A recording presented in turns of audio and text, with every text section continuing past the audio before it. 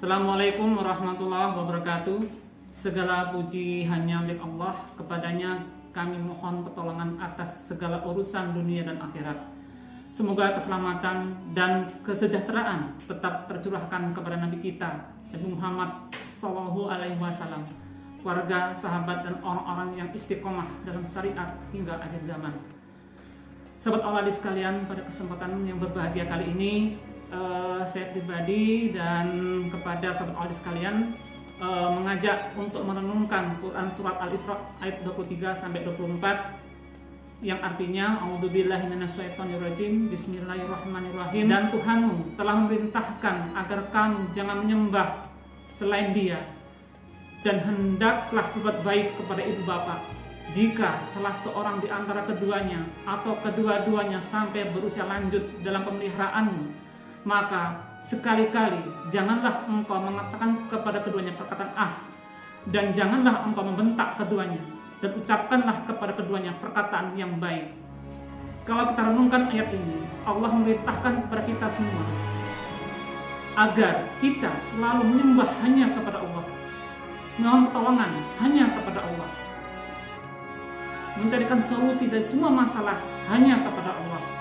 Dan setelah kita perintah agar bertauhid kepada Allah, selanjutnya adalah berbuat baik kepada kedua orang tua. Artinya, berbuat baik kedua orang tua adalah hukumnya wajib setelah tauhid kepada Allah. Perkara ini sangat penting untuk kita bahas bersama. Karena selain orang tua, kita juga dulu adalah seorang anak. Kalaupun anak kita yang hari ini yang masing-masing punya anak, yang susah diatur, susah menasihati, kadang suka membentak kita, yang perlu dikembalikan ke kita pribadi. Apakah dulu ketika kita menjadi anak, kita pun berbuat hal yang sama?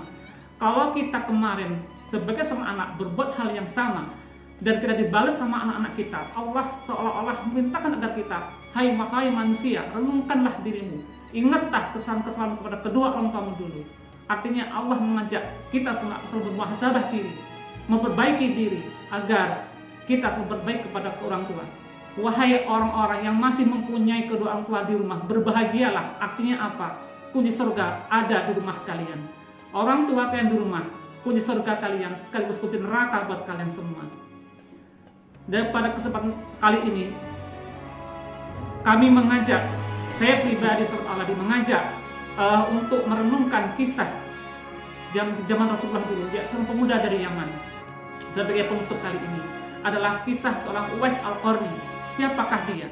Dia adalah seorang anak yang begitu terkenal di penjuru antara langit bumi dan di bumi. Jadi di bumi, Uwais Al-Qarni tidak terkenal sama sekali.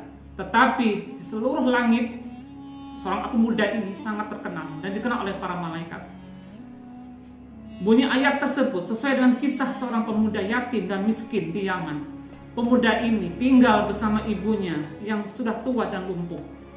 Suatu ketika ibunya menginginkan untuk bisa menunaikan ibadah haji, sedangkan jarak kota Mekah dan Yaman sangat jauh, melewati padang pasir yang sangat tandus dan cukup panas. Masya Allah, kebesaran cintanya kepada ibunya hingga ia rela menggendong ibunya menempuh perjalanan yang cukup jauh dan sulit. Kita tanya ke diri kita pribadi masing-masing, sanggupkah kita menggendong ibu kita di Mekah ke Yaman sekarang? Buktikan kalau ada yang bisa.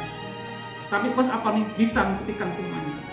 Di hadapan Ka'bah pemuda ini berdoa, ya Allah, ampunilah semua dosa dari ibuku.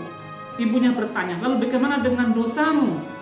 Ia pun menjawab, dengan terampunnya dosa ibu, maka ibu akan masuk surga. Cukuplah ridho dari ibu akan membawaku ke surga.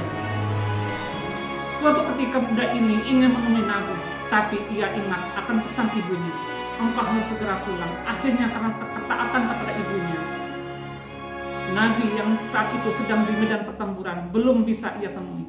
Pemuda-pemuda yatim miskin dari Yaman yang namanya tidak dikenal di bumi, namun terkenal di langit. Bukti bahwa dia terkenal di langit adalah ketika beliau meninggal. Satu orang pun keheranan, semua orang tetangganya keheranan. Kenapa di rumah Uwais kalau betul ramai orang berpakaian serba putih? Ternyata orang-orang ini adalah bukan manusia, tapi mereka adalah para malaikat.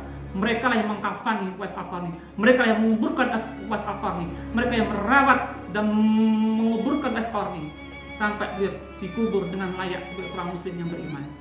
Yuk masing-masing kita meneladani Uwais Al-Qarni. Semoga kita semua dikumpulkan oleh Allah ke dalam golongan orang beriman maupun ke dalam golongan anak-anak yang soleh, selalu berbakti kepada kedua orang tuanya dan selalu mendoakan kepada kedua orang tua kita.